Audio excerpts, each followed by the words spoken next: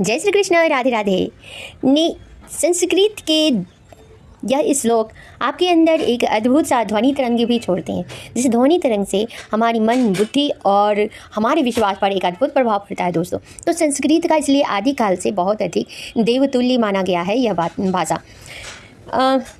अध्याय 2 का 40वां श्लोक कुछ इस प्रकार है। नेहाभिक्रमनाशो अस्ति प्रत्यावायो न विधते स्वल्पमप्य यस्य धर्मस्य त्रायते महतो भयात्। अर्थात इस प्रयास में न तो हानि होती है, ना ही हरास, या फिर तो इस पद पर की गई अल्प प्रगति भी महान भय से रक्षा करती है। कर्म का सर्वोच्च दिव्य गुण है। कृष्ण भावनामृत में कर्म या इंद्रिय तृप्ति की आशा न करके कृष्ण के हित में कर्म करना, ऐसे कर्म का लघु आरंभ होने पर भी कोई बाधा नहीं आती है, न कभी इस आरंभ का विनाश होता है। भौतिक स्तर पर प्रारंभ किए जाने वाले किसी भी कार्य को पूरा करना होता है, अन्यथा सारा प्रयास निष्फल हो जाता है। किंतु कृष्ण भावनामृत में प्रारंभ किया जाने वाला कोई भी कार्य अधूरा रहकर भी अस्थायी प्रभाव डालता है। अतः ऐसे कर्म करने वाले को कोई हानि नहीं होती, चाहे यह कर्म अधूरा ही क्यों न रह जाए। यदि कृष्ण भावनामृत का 1% भी कार्य पूरा हुआ तो उसका अस्थायी फल होता है, अतः अगली बार भी 2% से शुभारंभ होगा। किंतु भौतिक कर्म में जब तक 100% सफलता प्राप्त न हो तब तक कोई लाभ नहीं होता। अजामिल ने कृष्ण भावनामृत में अपनी कर्तव्य का कुछ ही प्रतिशत पूरा किया था, किंतु भगवान की कृपा से उसे 100% लाभ मिला।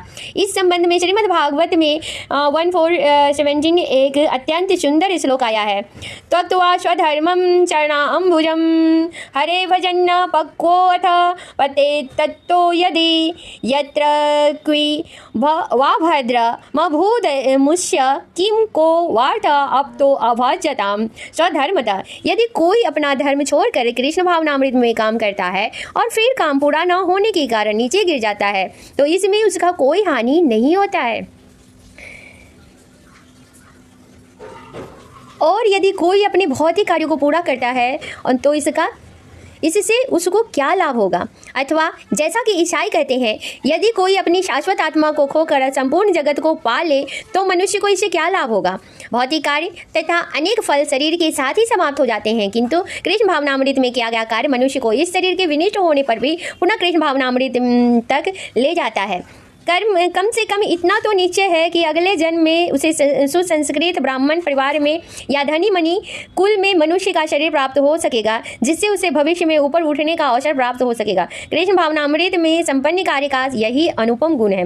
व्यवसात्मिका बुद्धि रेकैः गुरुनंदन बहुशाखा अन्य अंताश्च बुद्धियो व्यवसायी नाम।